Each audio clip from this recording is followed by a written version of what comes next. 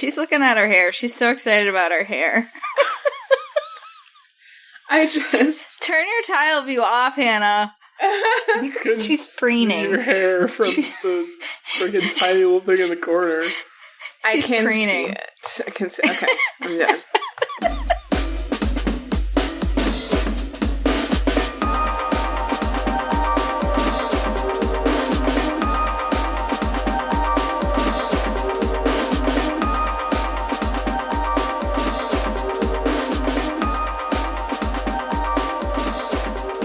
Hello, and welcome to WayTooBroad, a show and tell program for really, really ridiculously excited grown-ups. I'm Hannah. What was that?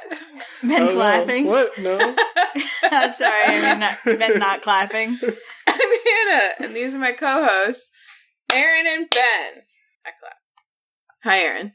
Hi, Hannah. Hi, Hannah. Hi, Ben. Hello. Oh, wow, that is a good resonant clap. I'm a loud clapper, it's known. Yeah. And a really aggressive high-fiver also. True.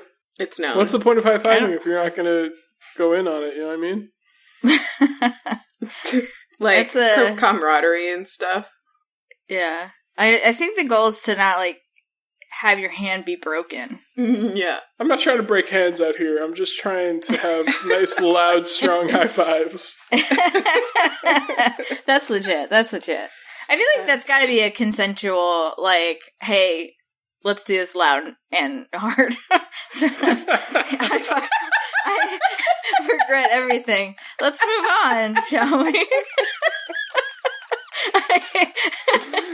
I really took Let's a do turn. this loud and hard, but consensually.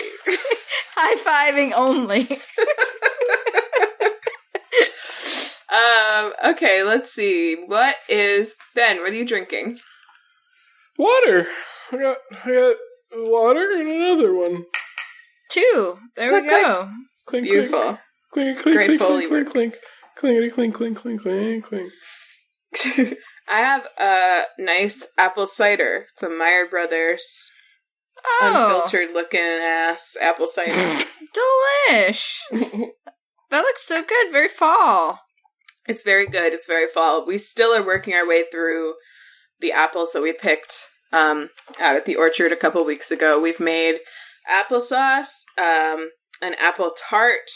Ian made an apple quick bread, and we still have just a whole half of a fridge shelf full of apples. So a lot of them are Cortland's. Maybe I should send them your way, Ben, so that you can. Yeah, Hazel fucking loves those.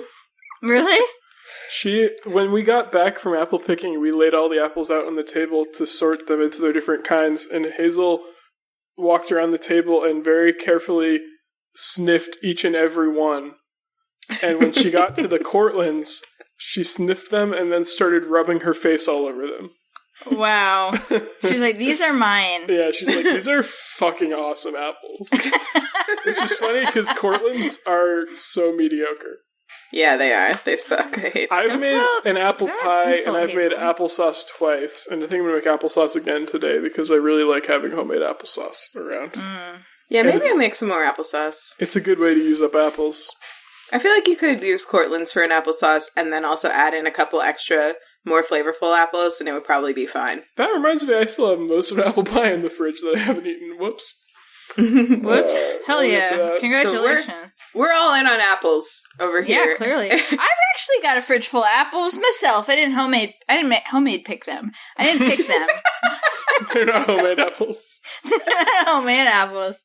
But I've got a good fridge full of them, so I've got to do something with them. I've just been kind of eating them here and there. I haven't been as creative. Oh, actually, Molly is making caramel apples today. Totally forgot. Ooh. That's one of the things she's doing on her outing is collecting supplies for that. So that's going to be very fall. Today, it's very fall in North Carolina. Weather report. Oh, she just Marco Polo'd me. Weather report, we got a high of 63 today. That's cold for you? That's pretty chilly for a North Carolina fall. We got a high of 55. 52 nice. Here. Woo! So colder in the north. Not wow, a competition. Imagine that. That's a big surprise. Does it make us better? No, Nobody knows, but maybe. Too hard to say. Too close to call. It's not our place to say. Yeah. In other upfront news, we voted, and we did absentee ballot voting, and our votes got accepted, and that was awesome. Hooray! I also mailed my ballot, and I'll be tracking it. Excellent. Yeah, I'll probably send that in today. I have it. I just haven't done it yet. As a reminder to everybody listening, don't forget to vote. You have a lot of options. It's really a good idea this year to find a way to do it before Election Day. Because please vote. Yeah. It's going to be just a wild time no matter what. And just vote. Just vote early, and then you don't have to worry about getting fucked over somehow. And as Travis McElroy would say, don't vote for Donald Trump. Please do not, for the love of God. I don't think we have any listeners who are planning on it, but I think our dad's thinking about it. Listen up, Uncle Brown. I know you're thinking about it, but don't. I'm just kidding. This is slander. He would never. Yeah. Let's check our email. Yeah, I just opened it. We have a text message. Is that Who's it from? Wait. Okay, this is a text message from Max to Erin. I'm a campaigner, not a robot from Change. I think your petition has real potential, and I'd like to give you some advice over text in the next few days to make it bigger. Are you up for that? Can you please describe what petition Max is referring to, Hannah? Yeah, let me see how many signatures it has now. The petition is called... I'm scrolling. Should we start with the petition or the origin story of the petition? What would be better? What do you think, Ben? I like starting with the petition, which I'm about to sign right now because I haven't yet. Thank you, Ben. Wow, someone else did, though, because there are 6 people now. It's a petition called Stop Toenails from Always Growing! ! It's a petition to the body, and Erin made it, and just apparently used the WayTooBroad email, and her description, the little, summary of it is, toenails are always growing, and we are tired of the toenails, and they're growing, and we want it to stop. Every time I go into this website, I get a pop-up that says, Erin is counting on you. Erin Brown needs your help with Stop Toenails from Always Growing.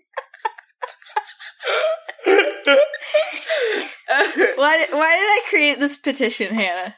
Okay, because the other day in our family Slack, I went to the random channel, which surely is where this thought belongs, and I said, I just said out of the blue with no preamble, I just want to say toenails are stupid and I hate how they are always growing. It's relatable. It's so true. That's my truth. I just was speaking my truth. And I thought the world needed to hear this truth and we could do something about it. Let me put the link to this in the description so people can add their signatures. So what happened was I then saw that and was like, I need to make a petition. But the petition website required me to enter a phone number. Email I'm fine with. I used my own email, but it required me to enter a phone number, so I almost stopped at that step because I was like, I don't want to get text. And then I was like, oh, I know what phone number to use. I'll use the WayTooBroad phone number. So we can get texts on that too. I thought it was just a voicemail. I didn't know that. That's actually really good to know. Yep. Wow. So I'll have to add that to what you say at the end. You can leave us a voicemail or you can text us. Yeah. Call us. Yeah. I guess I didn't realize that either. Wow. So yeah, everybody please go sign the petition. The link will be in the description for the episode or on the website if you're listening on Apple Podcasts, because it doesn't let me do links. And you should also read the comments because we're getting a lot of great, really vocal support. Someone, your brother Matt said, "No more toes!" with 2 exclamation points. Someone named Mr. Horst. I don't know who that is. Maybe Lucas said, "Great cause. Sign me up." What are toes? Anyway, I haven't. The reason that I said this was because my toenails are getting kind of long, and I don't want to clip them, and I still haven't. So, You know, I read something and I found it to be true. Like the best time to clip your nails or your toenails are right out when you get out of the shower because they're nice and soft. And I find that also to be an easy time. I think there should be some reasonable boundaries to this. Like if this petition takes off and ends up getting implemented. You know, I think in cases where the toenail gets, like, ripped off or some trauma happens to it, I feel like it should be allowed to grow. But I feel like what should happen is when you're happy with the length, you can then not have them be growing. Yeah, because really, I'll tell you what, actually the real thing that happened in my mind right before I sent that message was I noticed that my toes were too long, and I was like, "What the fuck? I already cut these." And like, and then I was toes. Like, "Huh? You just said toes." My toenails. I'm always trying to cut my fucking toes. What the fuck? But yeah, I was like, I already cut them. Why are they long? And I was like, because they fucking grew back. It's bullshit. Well, I also think it's inconsiderate to those who spend money getting their toenails painted, and then they have to, like, repaint them, or they get weird, or they have to, like, it's just not fair to those people, so they should be able to, like, just not have their toenails grow. We're not toenail extremists, we just want toenail stasis to be an option. An option? Yeah. A public option, if you will. Indeed. Yeah, so please sign our petition. It's gonna be as useful as most petitions on this website, probably. Fuck. Go at change.org. Dargum. Oh, man. Cool. Yes, great email. Thank you, Max, for the help on that. Oh, hey, we got a new comment on YouTube, too. Oh. Fuck yes.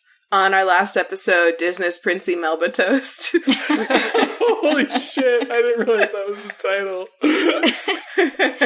We got an email from, a comment from someone whose account, again, looks like it's already been deleted, named Ann Watson Delilah Suarez.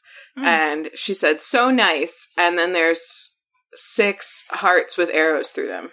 I agree with her comment. Mm-hmm. So nice. Princey Melba Toast. That might be my favorite episode title ever. So silly. Yeah, it's delightful. I really like the Melba Toast part. Let's see. Do we have other upfront things? What did we talk about in Disney's Princey Melba Toast? Voctives. Did you watch those videos? The Voctive, Tara. Oh, I thought you did. No, that's okay. For some reason, I thought you were talking to me about them. I think Mom watched him. I think my mom did watch him. Oh, great. Cool. She was messaging about that. That's right. What else Adventure Time, didn't watch that. Been watching. Oh, you know what I did want to say?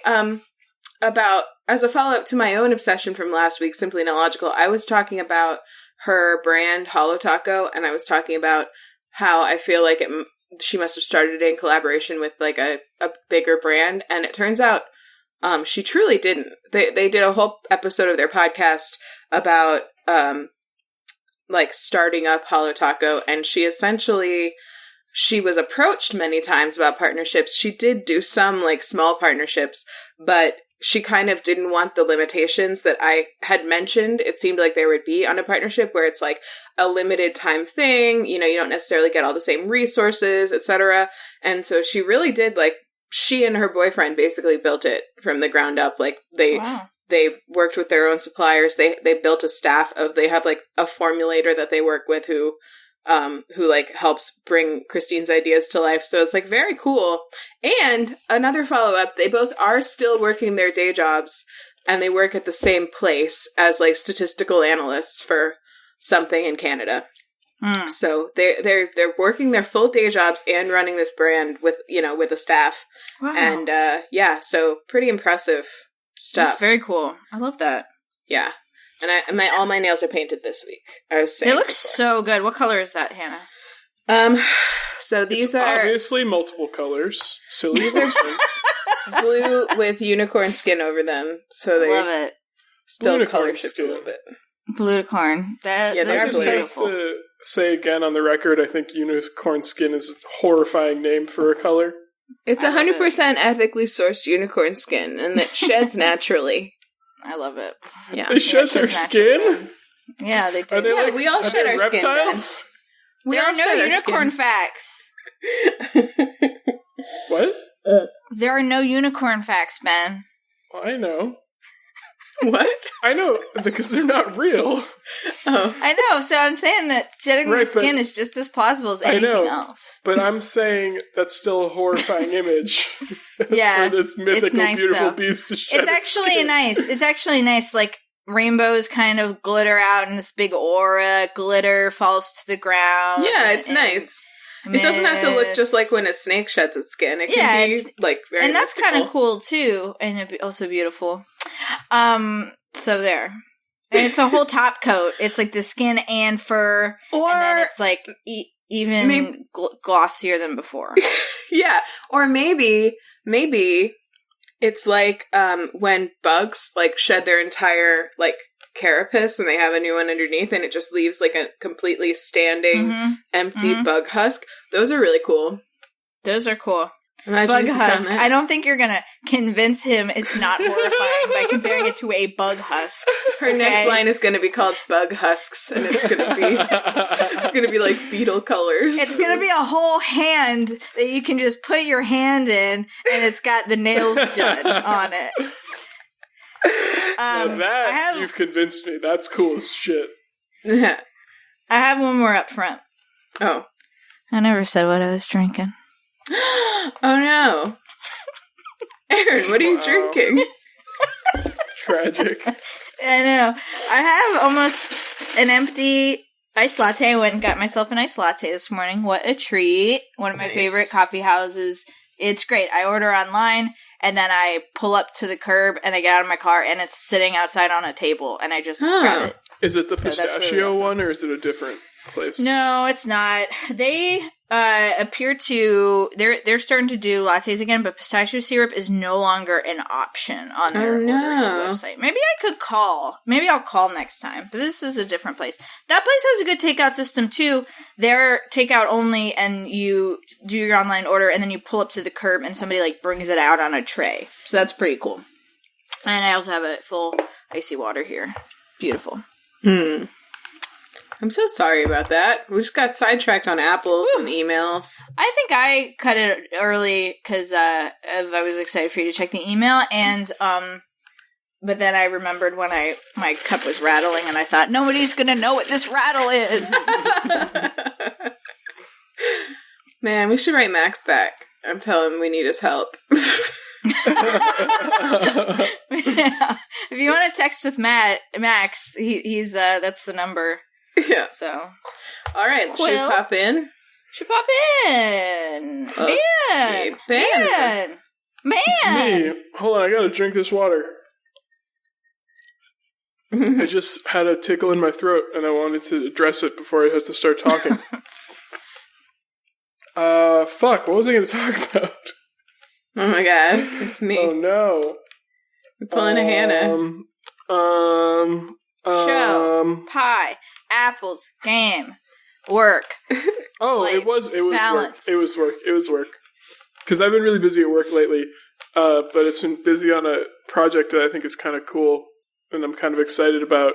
We had a couple faculty members come to us for a class. They're teaching like an introductory to environmental engineering class, and they wanted to make like an at-home particle sensor kit that the students could use that like senses small particles in our air that are like, I think, greater than like 2.5 microns. So they're quite small. And they were like, they sent us like an example kit for like a K through 12 lesson plan. and they were like, can we make this better? And I was like, yeah, I got like a million ideas to make this better. And we had a meeting with them where we talked about it, and they were like super excited. And so we're like putting together this whole kind of like environmental little sensor kit, like hub thing that's going to have an air particle sensor, soil moisture sensor. Whoops, I hit my microphone. A soil pH sensor, and also is going to have a GPS module to geotag all the data and store it all on an SD card, and then also have an option to upload all that data to the cloud when you press a button. Wow. Which is really cool. And this is the start of it. I can show it to you guys. This is the sensor itself. And then this is the microcontroller with the little Wi-Fi module sitting there. And there's this really cool, like, open source, I guess it would just be like a standard called Grove, which is basically this whole line of sensors and other little modules made by a company called Seed with 3 E's, which is really annoying to look at. But they're like this standardized connector that all of these different modules use. So you can just like, and they have a ton of like environmental sensors. Oh, cool. And this little board, I don't know why I'm doing an entirely visual segment, but can I, for a second, hold it up. I'm going to describe it quickly to our listeners. So the air sensor looks like a bright pink My Little Pony, and then the main board looks like a piece of toast. Yep. And so imagine those. Yep. Actually, they all just look like computer chips to me. Yeah, they're all just little printed circuit boards. Yeah. They're not that exciting to look at, but it's a lot of, I'm like excited to put it all together and make it work. And we're meeting on Monday with one of the mechanical engineers on our team who's going to design probably like either a 3D printed or laser cut enclosure for it. Cool. So we're going to have like a pretty legit looking thing. That's so neat. And that's going to go to schools? It's going to go to what? Schools? No, it's going to go to students in this course. There's going to be like up to 50 potentially. And it's like their first engineering course. Very cool. Yeah, it's really neat. I'm excited about it. Could you measure like CO2 levels in a room with something like that, or with one of the adapters like that, or is that probably? I don't know. Different. I can look. Yeah. Grove CO2 sensor. Because I've been interested in measuring CO2 in different rooms. And there's devices to do that, but they're pretty expensive, or they can be. Yes, you can. They have some. It actually is pretty expensive, though. It's like $60, but it measures temperature, humidity, and CO2. This one. Oh, cool. Yeah, there's a ton of these little things, and and the like brains of it all is a little Arduino board, which is the classic. Have you heard of Arduinos before? Either of you? No. They're like the sort of open source electronics, like beginning learning to program microcontrollers platform. They have like because normally programming microcontrollers is quite difficult because you have to use either like proprietary development environments for the different manufacturers of all the different chips, because it's not something like other programming languages where you can assume sort of an underlying architecture that's the same across pretty much everyone's computers. So all like the underlying compilers and stuff are basically the same. All the architectures are different and specific to the different manufacturers. I mean, there's like several standard ones, but even among those, the different manufacturers make them slightly differently, and so they all have like specific compilers and everything. And some things will work on this and won't work on that. And what Arduino has done, sometimes to its detriment, but oftentimes to make it makes it very accessible for a lot of people, is they have kind of wrapped a lot of things up and put them behind the scenes inside their development environment, so that the code that you write looks basically the same regardless of whatever microcontroller you're using up to a certain point. If you can just start doing like advanced things, you do have to write like more microcontroller specific code, but for like simple stuff, you can write the same piece of code and then just within the IDE change what board you're targeting, and it'll like compile it differently and upload it differently. That's very cool. Yeah, it's quite neat, and they're getting like more and more advanced. Like their first, I happen to have one on my desk because of course I do. Their first board, which is still kind of like their beginner board that everyone uses, is called the Arduino Uno. They're an Italian company, by the way, which is this big boy, and it's got like this really old. See this like black thing here? Again, I'm using all visual today. This one looks like a ham sandwich. Yeah. This is a super old microcontroller that's really slow and like bad, but it's just like kind of, because this board has gotten so popular, it's like still around.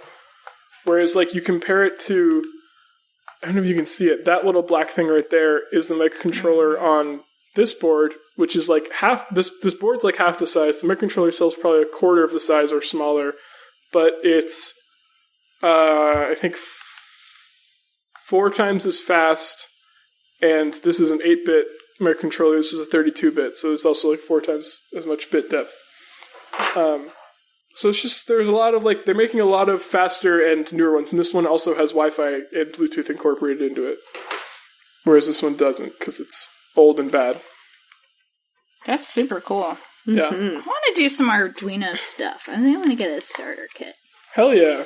I can help you with it. That's what I do a lot at my job, is help people with Arduino. I was actually just going to ask you, so at work we get, on Friday afternoons, we get like free time to do whatever learning we want, and I've had this project in mind just to kind of get into the more like physical maker space, and well, maybe we can cut as much of this out as you want, Hannah, but I was wondering if you could help me kind of figure out how to get started with something I wanted. Maybe getting started with something smaller would be better, but I was thinking about creating 2 little devices, like each is a button with a light bulb on it, but when you press the button on one, the other light bulb lights up, and when you press the button on the other light bulb lights up. So it's a pair, and just like it has a button, or it doesn't have to be attached. They're wirelessly talking to each other, you're imagining? Yeah, so it's for like Molly and I to have on our desks, and if I want to talk to her, I can press my button, and it will light up on her desk, and if she's available to talk to me, she can talk to me, and vice versa.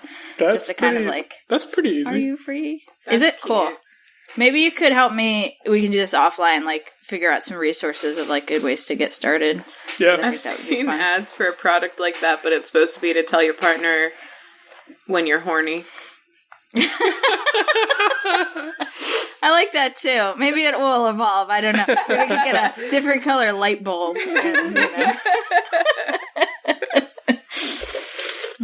I was especially excited about this though because like finding the Grove standard in particular, because one of the challenges of making something like this for at-home instructional labs, like if this was for a research lab, I would have designed something myself. Like I would design my own circuit board and made it custom rather than having all this stuff that connects together.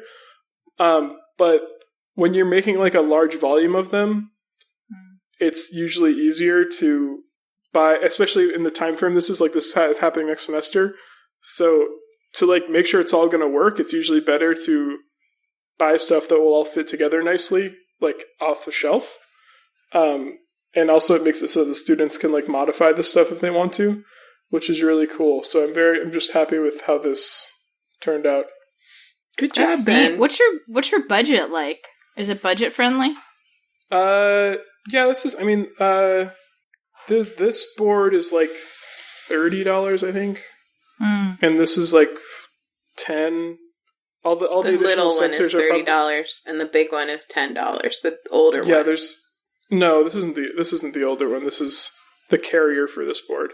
It has there's a lot less going on this one than on this one, even though this one's smaller. So the 2 rigs, I'm just trying to help our listeners out. So the 2 together that help make up the rig are $30 and $10.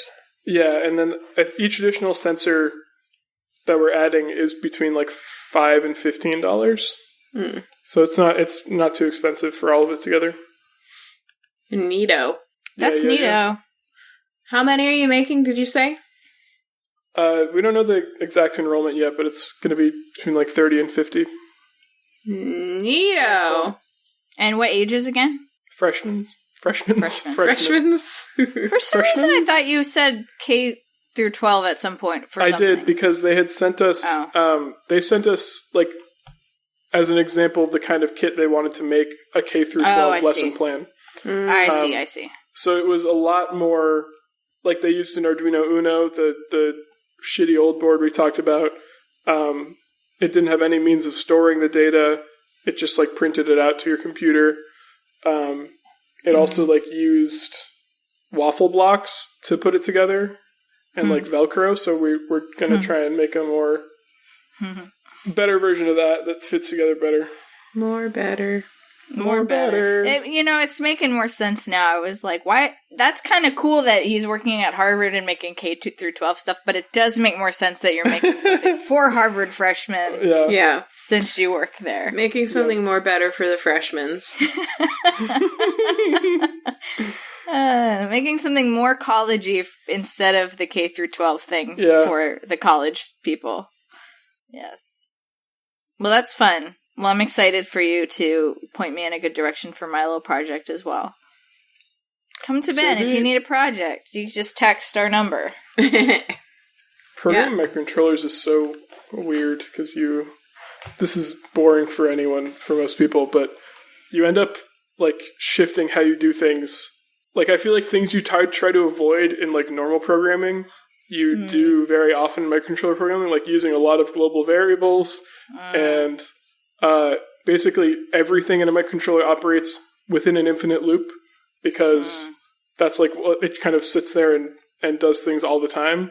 So you want to be sitting there within an infinite loop, always checking things, which is weird because you tend to try to avoid infinite loops in any other piece of code. It's a different sort of paradigm, but it's kind of fun. That's cool. Nito Petito. Yeah. I went to school with someone whose last name was Petito. Was their first name Nito? No. I won't say his first name for privacy reasons. Well, I would have nicknamed them Nito. That would have been a good idea. Nito Petito. I don't remember anything about him besides his name, so I don't know if he would have earned that or not. Now I'm going to have to look him up later, see who the hell he even is. Okay. Cool. Well, that's very interesting, Ben. It sounds like you've had a real productive and fulfilling week at your job. This is true. Excellent. Should we pop into me now? Yeah, what you got? I'm excited about this because I feel like we have finally, maybe this is a spoiler for your obsession, Erin, but I feel like we have finally reached a point where all of us can equally get excited about Nintendo Switch games for the first time. Not a spoiler for mine. Okay. But up front, I did get a Switch yesterday. Yeah. It'll probably be an obsession in the coming weeks, but yeah. So, Ben and I have already been sharing our thoughts on some games that we think that Erin should get, that are either just essential or that are like basically that are very cheap but worth the money or whatever, or they're not very cheap but they're worth the money. Just like the essential Switch games. And so yeah, my obsession is another Switch game. It's not great. It's not new, I don't think, because it's on sale right now. That's actually how we found it. It's called Headliner Novinews, Novinews. And it's like sort of a role-playing game almost. So, and it's normally like $14, but it's on sale for $2 right now. So if it sounds interesting to anybody who has a Switch, I would recommend it because it's been really. Can you spell it again? Sorry. Headliner is the name. Headliner : Novinews, Novinews. I see. Thank you. Because it takes place in a country called Novistan, which is a fake country. And you are the headliner of like the main news outlet for that country. So what being the headliner means is that you choose, like you get a batch of articles every day and you choose which ones get published and which ones don't. And based on what you decide, it changes like the whole culture around you. So I'll read you like the little blurb about it. award-winning is the heading. This is on their website. It's from a company called Unbound Creations. Control the news, control the truth. Award-winning adventure where you control the news and its impact on society, your friends, and career. Different choices lead to unique combinations of endings. Share your story with the community and see what the players before you did.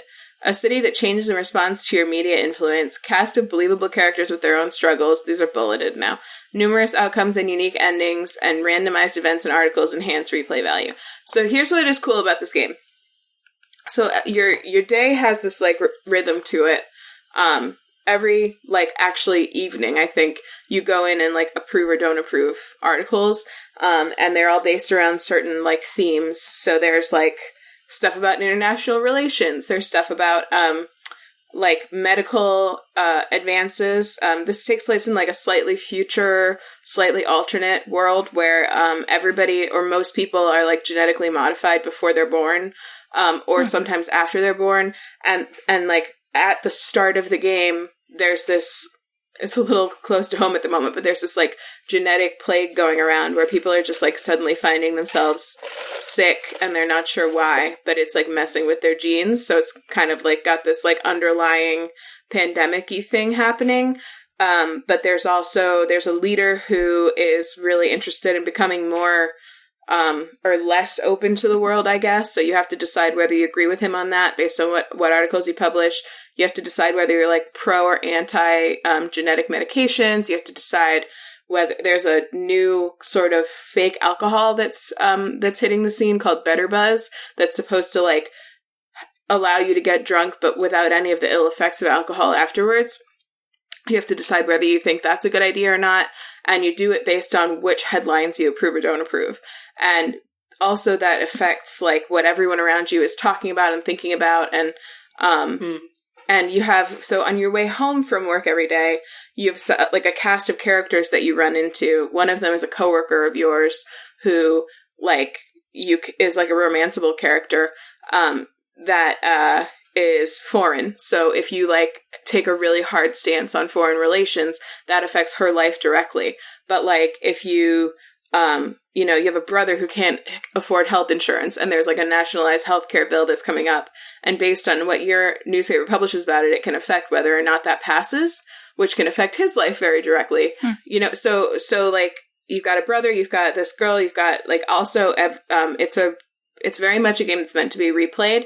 So you play as a different character every time, but certain things that you did in one play will continue to affect the next time around. And certain characters remember things. And also you unlock new characters like every time. I don't know if it's every time you play, but every round, at least sometimes you unlock new characters. Like there's a police officer character that you never interact with in the first round, but she unlocks after the first round's over.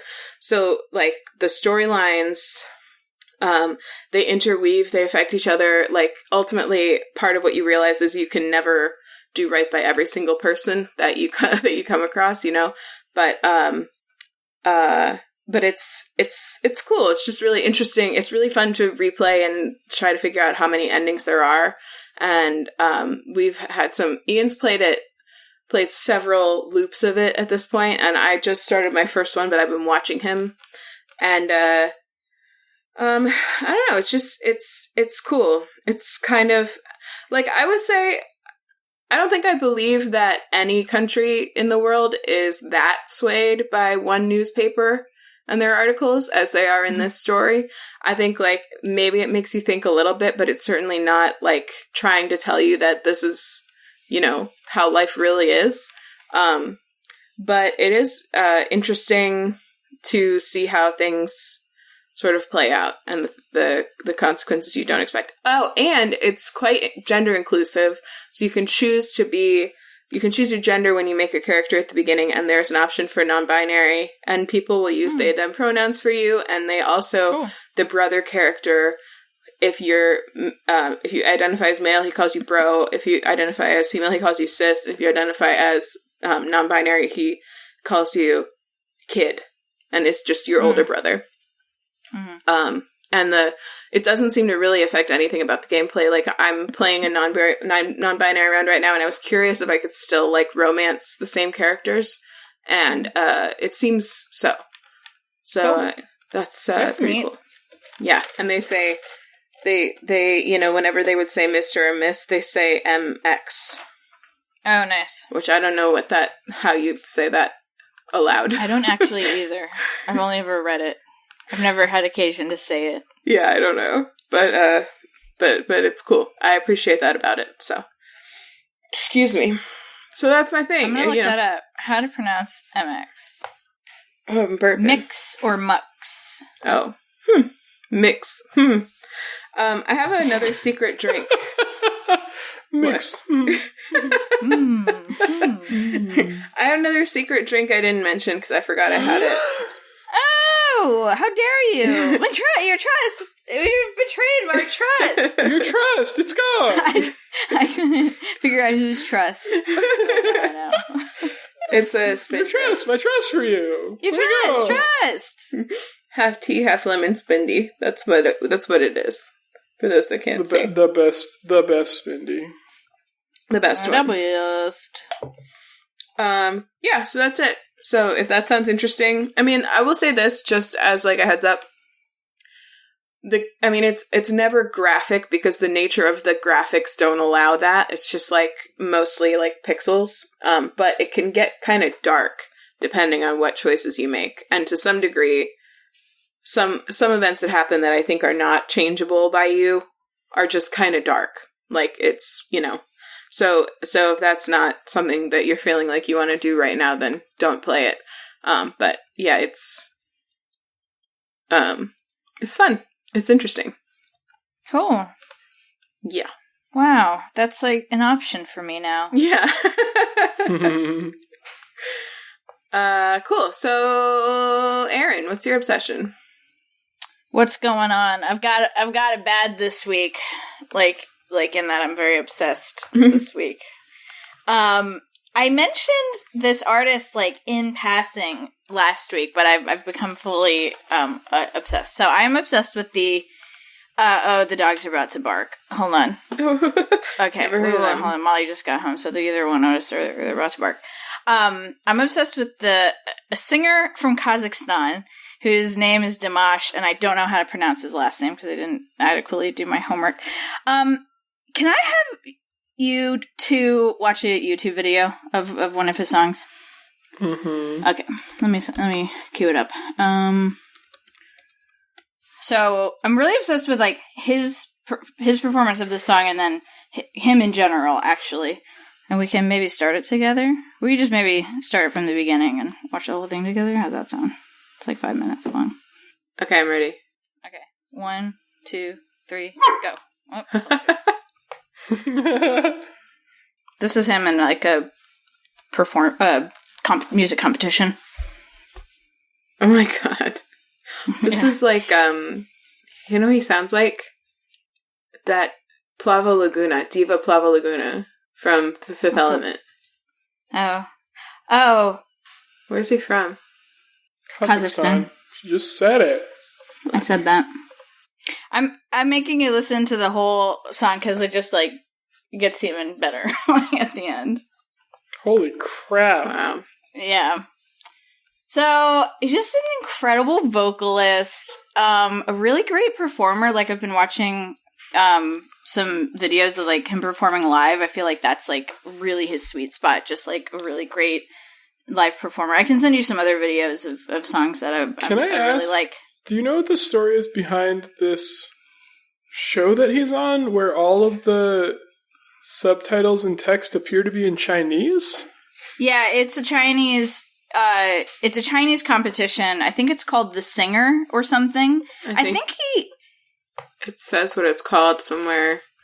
Yeah, I am a singer. Here's I am singer.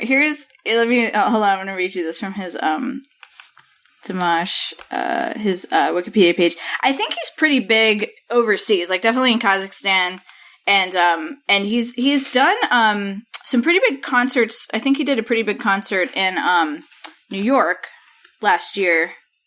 So I think he's pretty popular internationally for reasons that you can tell. Hold on. This is really funny to me. Hold on. Yeah. He, rose to fame in China with his participation as a wild card competitor in TV's Singer 2017, finishing second overall. Wow. And I'm like, who the fuck finished first? Anyway. So I think he's competed on some TV shows. So what's interesting is, so his style is like obviously this very like operatic style. He does a lot of like classical fusions. Like the songs that I like of his, he's on Spotify. The songs that I like of his are very like of that genre. So that song I just played you, which is SOS, and then the rest is French, and I'm not going to try to pronounce it. I'm sure Ben could. And then he has other songs. Some are in, I think, Chinese, some are in Russian, which is the main language of Kazakhstan, which I didn't know. It's very interesting. And I thought they're all Kazakh was the main language of Kazakhstan. Oh, sorry. I think another like main language is Russian. Let's see their languages. Yeah, your official language is Kazakh, Russian, Cyrillic, and Latin. Or official scripts are Cyrillic and Latin, but yeah, co-official language is Russian. Yeah. I guess it is a former Soviet state, huh? I never really think about that. Yeah, it's really interesting because I was like surprised because he's like speaking Russian. I'm like, where is he from? Because he looks Asian and like and so and he is and he's speaking Russian because he's from Kazakhstan. So So the songs I like of his are this like kind of more like classical fusion, but he also has this whole album of like really, really weird. I don't even know what the genre is, and I don't like it very much. A lot of the songs, it's very like, so he's got this whole mix of like, some of the genre stuff is more maybe pop kind of rock, but it sounds a little older, even though the album is from 2019. But he also does, like, watching some of his live concerts, he also does a lot of these, like, fan favorites of, like, that song that I just played you is one that, like, everybody always wants to hear him sing because he sings it so beautifully. And he's got a bunch of other ones like that, that are just incredible. I'll send you another one. You don't have to watch it now. But this is one of my favorite ones, too. And I think his performance is wonderful. And I think the song is really beautiful. So I found out about him because my obsession last week was watching, I think with Tara Simon Studios, watching Vivactive in chronological order. She also did some Dimash reaction videos, and those are really fun to watch because she's like in absolute awe of him and points out some really cool vocal things that he does. But also noted that he was probably like classically trained from like before he hit puberty. And so if you're vocal training through that time, you can keep that range like that as your voice shifts. If you are still training, you can like keep your upper range that you had when you were a boy. And so she thinks that's probably what happened. And it seems like his parents are musical, and that is probably what happened. But his range is incredible. So I sent you another video. This is one where he really shows off. This is one of my faves from him. He really shows off his vocal range. I also think he's really cute. Like that's like, as an aside, he's got this like androgynous kind of femme thing going, and I think he's really cute. So that's like a whole nother aspect of it for me, is that, doesn't happen too often, but I think he is really cute. And, he's just great. What else did I want to say about him? I have this playlist I'll share with you. Just I've collected some of my faves. If you're interested in learning some more, and it's like all I've been listening to this week because I think he's really beautiful and talented. And there we go. That's all. Nice. Yeah, I mean, to me, the thing that stands out more than anything else is his range. Not having seen any other stuff about him, like that was the real like incredible jump out thing for me, even in the first song. Yeah. And just, like, his technicality is just, like, he doesn't hit a wrong note at all. It's just, like, a perfect... Like, that performance I thought was, like, perfect. Mm-hmm. Which is incredible to me. Hella good. So.